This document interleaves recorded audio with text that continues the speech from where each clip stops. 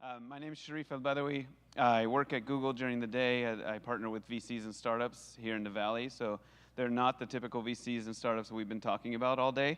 But in my night job, I'm the head mentor at TechWadi and on the board, and that's where we really have a lot of fun working with Middle East startups, both here and in the region.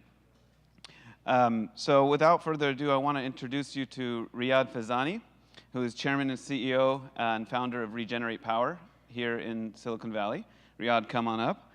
And Riyad is, for 25, 30 years now, he's been in the energy business as a business leader in large corporations. He was CEO of BP Energy. And I can't go through his whole bio simply because of time. Riyad, please come on up. You know, his bio is quite impressive, something that I obviously couldn't read all of it to you guys, but we'll hopefully get into some of the detail of it during the questions. But some highlights there is, you know, he was a business leader. He was born in Libya. He worked throughout Europe. He worked in Asia. He worked here in the States. And he's done things at global scale in very large corporations. And I thought it would be good for us to have a discussion about going from large-scale business leader to entrepreneurship, sort of a different track than most of us have been experiencing. Welcome, Riyad. Thank you, Sharif. It's a pleasure to be here. First of all, I want to thank you for hanging on. It's not easy. I know we're tired and you wanted to get a break soon, so I'm going to be as quick and as punchy as possible, and hopefully we'll get you out for lunch. It's a real pleasure, also an honor to be here at TechWadi.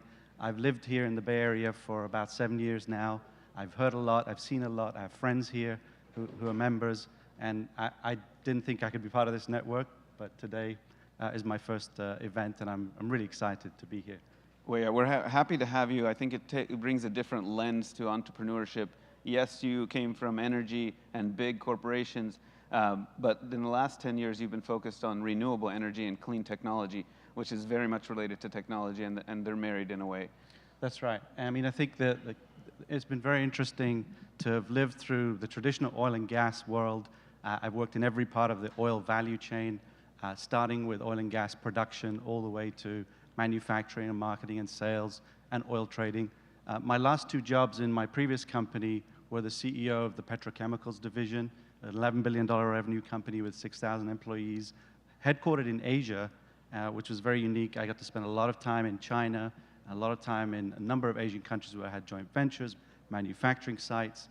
And as I started to do this work, I was really very interested in the future of energy.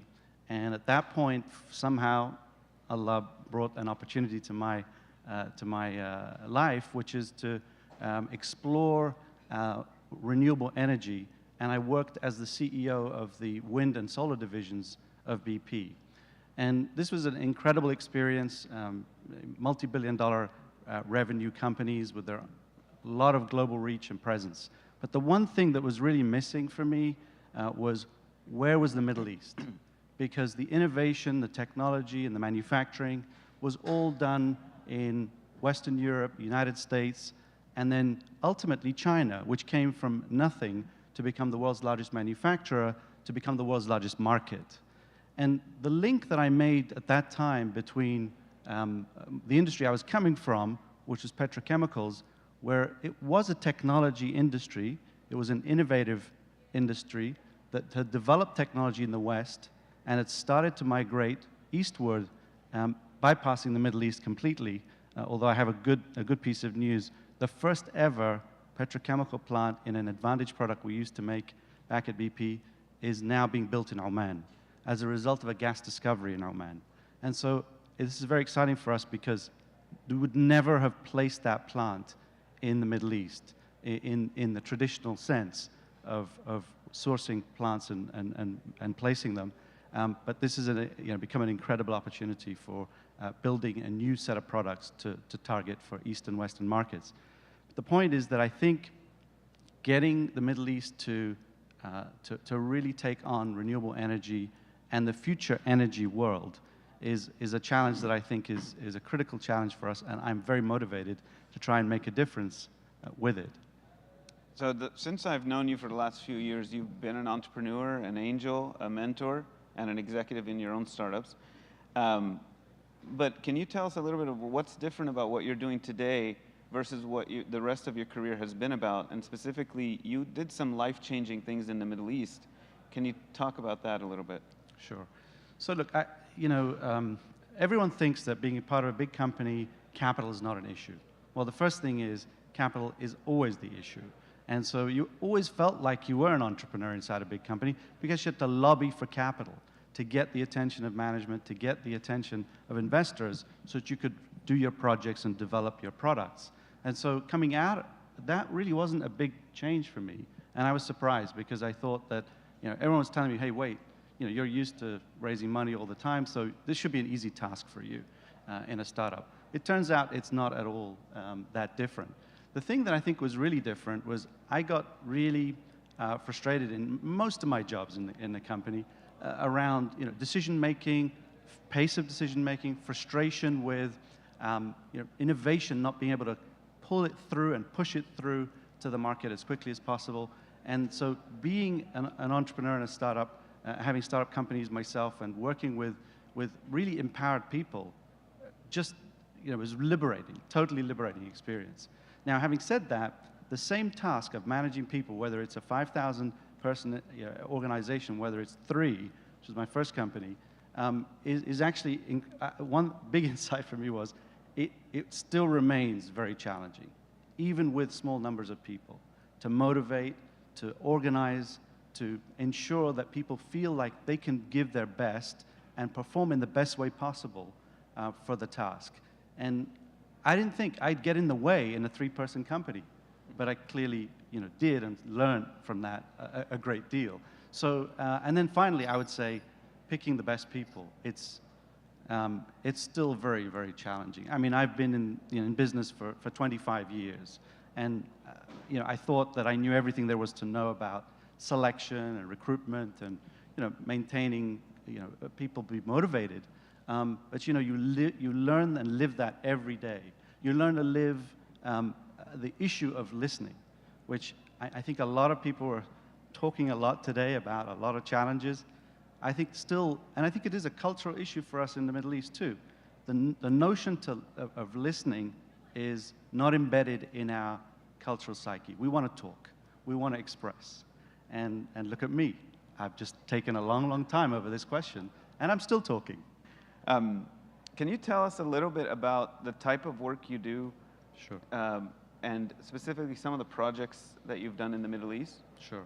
So I started in BP as a young graduate, and I joined the finance group.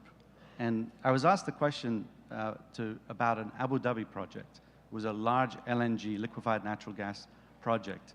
And I said, don't you think you'd want someone like me working on this project? Because I just couldn't wait to get involved with business in the Middle East, particularly joining an oil company. And the answer that came from my boss at the time was, well, we kind of hired you because you're an engineer, not because you're an Arab.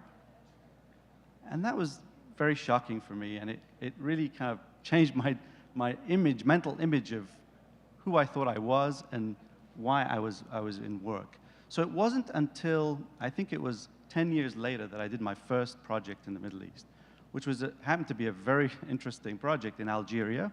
It was a gas project. We were building infrastructure in the southern part of the country, pipelines and gas fields, and transporting gas to the European markets. It was the first ever gas project that the Algerian National Oil Company decided to do with a foreign company. So we had to do a whole load of work to really understand how to build it, how to construct it.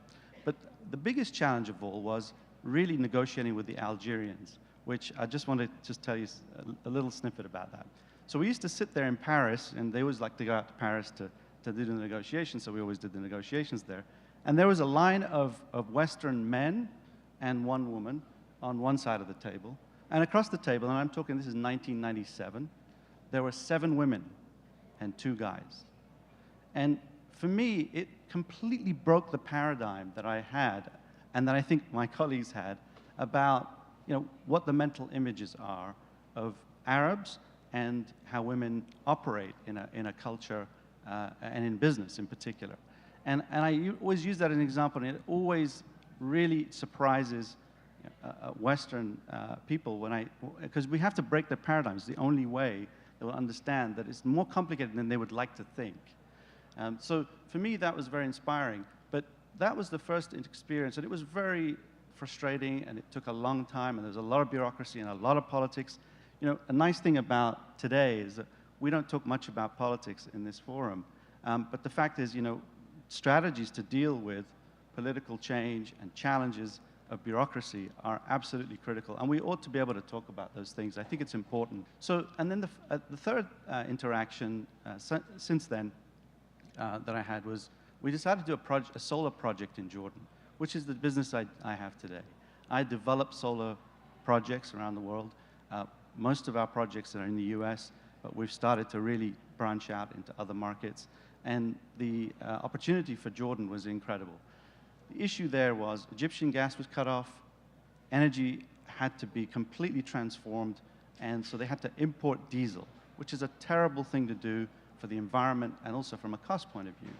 Electricity prices in Jordan skyrocketed, and the consumers were not able to pay for their electricity, and the government was hit significantly with a massive deficit. They decided to do something quite brave. They said, you know what, we're going to go out and get solar projects built. And they went to the market and asked for the expertise to come in. Again, quite unique, I think, in the energy experience in our region. But we bid for a project with one of 13 companies that were selected as a consortium. We basically developed it, and ultimately it's being constructed right now, which is a wonderful thing. You know, if I was to say what could have happened better, the government could have actually implemented the approvals much faster. But you know, in the time we were going through that process, we had 4 energy minister changes. So you can understand, you know, every time a new minister came in, we had to go through the process again, and it slowed things down. But hey, that's life. The good news is, you know, solar is happening in the Middle East. It's absolutely critical for the future of our region, and it's a source of great jobs for people, and a technology that I think is going to be pervasive for a very long time. Yeah, I think that's an interesting phenomenon, that in a region that's very oil rich and traditionally has relied on oil a lot, that it's also a prime area for solar, given the abundance of silicon for one, but just land and space and the need and the inconsistency of energy and utilities today. For sure. I mean, look, you know, it's one of the great tragedies that the Middle East is not leading in renewable energy. It was the natural place to go when we first started. The technology could have been imported. We could have built factories. We could have done so much more to get it deployed. You know that, I think it's a statistic that a lot of people know, in Saudi Arabia, which is, you know, one of the largest, if not the largest world oil producer and energy producer, you know, we have something like 1 million barrels a day of their production consumed in burning diesel products inside the country to power the electrical grid and the electrical system. So, you know, that resource could easily be redeployed, sold in the world markets for higher prices at a profit, and replaced with more sustainable, long-term, environmentally friendly source of power, such as solar. Given the resource we have, you know, we complain about, you know, the lack of resources in the Middle East. Number one resource in the Middle East is the sun, and it is an incredible resource for us to exploit, and not difficult to exploit in today's world. But somehow we're not able to get it done. So my view is we should stop complaining about how bad things are and start doing the things that can be done. And that's where my motivation comes, in to try and help make things happen in our region. Saudi Arabia has announced that it's going to implement 40 gigawatts of solar. It made that announcement about 6 years ago, and here we are today with not a single megawatt put in place. So there is absolutely no reason why we cannot do this, and it's critical that we are part of the change to make it happen. It's really exciting. I've been following this a little bit, basically renewable energies in the region, and how that will be one of the foundational elements to, you know, we talked about earlier ecosystem development. Having infrastructure is one of the foundations of having an ecosystem, and I think renewables will do a lot in the Middle East soon, so looking forward to seeing what you're doing there. No doubt. But in addition to running these startups that you're running, you're also an angel investor and a mentor, and not all in energy. So to the audience here, I mean, to the young entrepreneurs aspiring to create technology companies, what are some things, words of wisdom maybe we can impart on them? Sure. One really important one for me is pick your partners real careful. Be careful sometimes that you pick your friends as your partners, because you're exposing yourself to the risk that things may not work out. And planning for the divorce or the worst case scenario is also really important. That's just a personal experience I've had in some ventures that I've been part of. But I think the key in terms of what I look for in investment and what I've invested in, being very energy-centric, I've been looking for diversification. So I've been more interested in ventures that are outside of my field. And I look for much of the same characteristics we heard from the previous panel members. Really important, the quality of the team. I look at the CEO or the leader very carefully. I'm looking for emotional intelligence. We talked about that earlier. I'm looking for an ability to be adaptable. So it's a very nice balance can be struck between being adaptable and at the same time focused and driven. And I see a lot of entrepreneurs focused and driven. And that looks great. But then I think, well, what happens if they have to pivot their company? Are they going to get stuck and just keep digging the hole bigger and bigger, or are they going to make the change? Not to say that that's a simple thing to do, but it's absolutely a critical thing to do, or at least to know that you're going to have the ability to do it when the time comes, to make that brave decision, and maybe sometimes against the will or advice of some of your investors, because you're the closest one to the market. You're the closest one to can see what's happening and adapt. And then I think the final thing I would say is it is a lot of hard work, and there's a lot of sacrifice associated with it, but plan for success.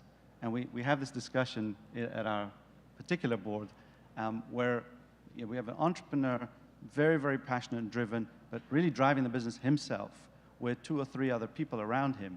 He's not thinking about the risk that what happens to him. If something happens to him, what happens to our investment? And how do we clarify, what's succession planning look like? What are the backup systems that are going to be in place to save the company and allow it to go forward? And then a final point, very early on in my first management experience in BP, a gentleman I respect a great deal came to me and said, listen, this is your first management job. Just think very carefully about becoming the almost a sort of the only person that can execute the strategy. Your strategy has to be owned by your team, and in a way, you need to de-emphasize yourself in that so that you will create something sustainable. It is about you because you're the leader, but it's not about you because you're not going to execute the strategy ultimately. It'll be your team, and you have to step aside and make sure that they're capable of doing that. It's a great piece of advice.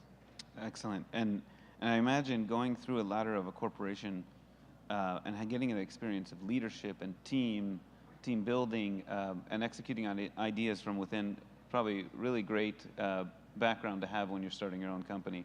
So for many entrepreneurs thinking that they have to just go do the live in the back of their car thing, sometimes having some experience ahead of time, I've definitely learned that is good, and then you can go into entrepreneurship. So we have time for 1 or 2 questions, real quick ones, and then we'll break for lunch. Yes.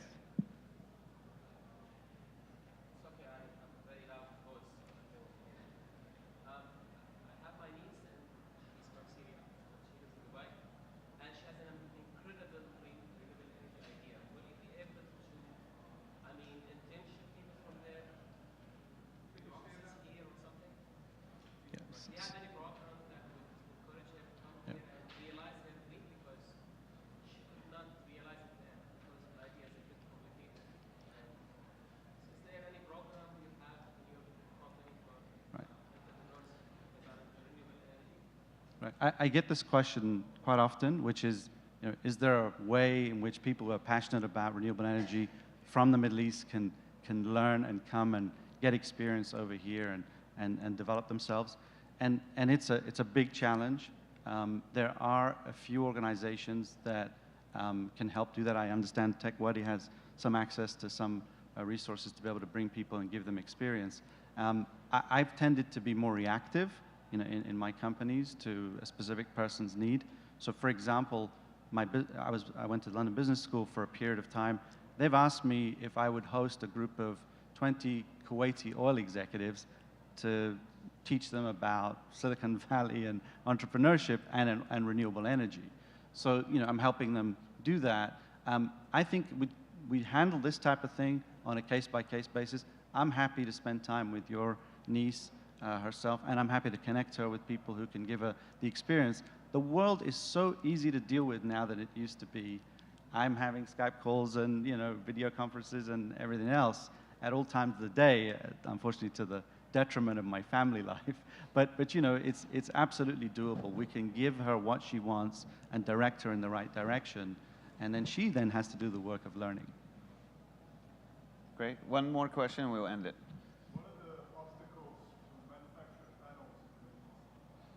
What are the obstacles to manufacturing the panels in the Middle East? So look, I think the biggest challenge in manufacturing is scale up. And we've discussed a little bit about what it's like to scale up businesses. Unfortunately, if you're starting something at a subscale and you need to get to where the rest of the industry is so you can be price competitive, you have to work a lot harder. But the good news is what you're implementing, because the technology is evolving, is the latest technology. So theoretically, if you get to the same scale as they are, you'll be much lower cost than they are. And in fact, what we're seeing now, it's a trend I think is going to start to grow, is that China pretty much took all of the growth in manufacturing and the scale up.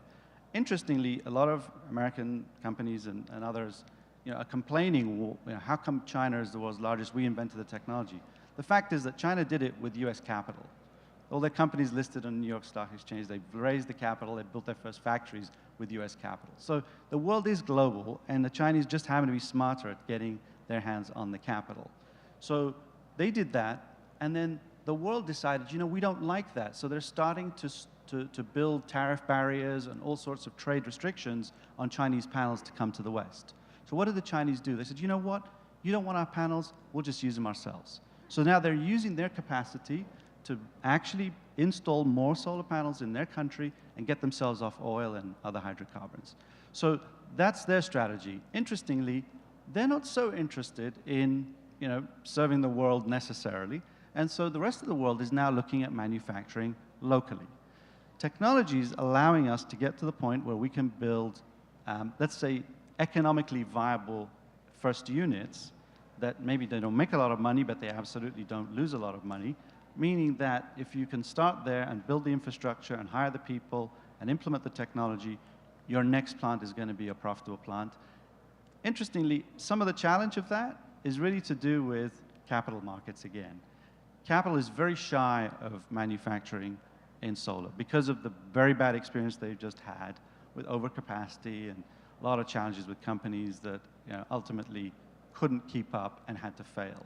So in a way, if we can get the Middle East to say, I have a market, I have the world's biggest market, theoretically, I want to install, but I want to make my own panels to install, it's absolutely doable. And it's a very logical model. And I'm actually working with a couple of fairly long-sighted investors and companies that are looking quite seriously at this and have built a first set of manufacturing assets and now looking to expand those. I think it's not really an issue of anything other than taking ownership of the market opportunity, creating the market so that you can pull through the manufacturing. It's fascinating. Thank you, Riyadh, for being with us today. Pleasure.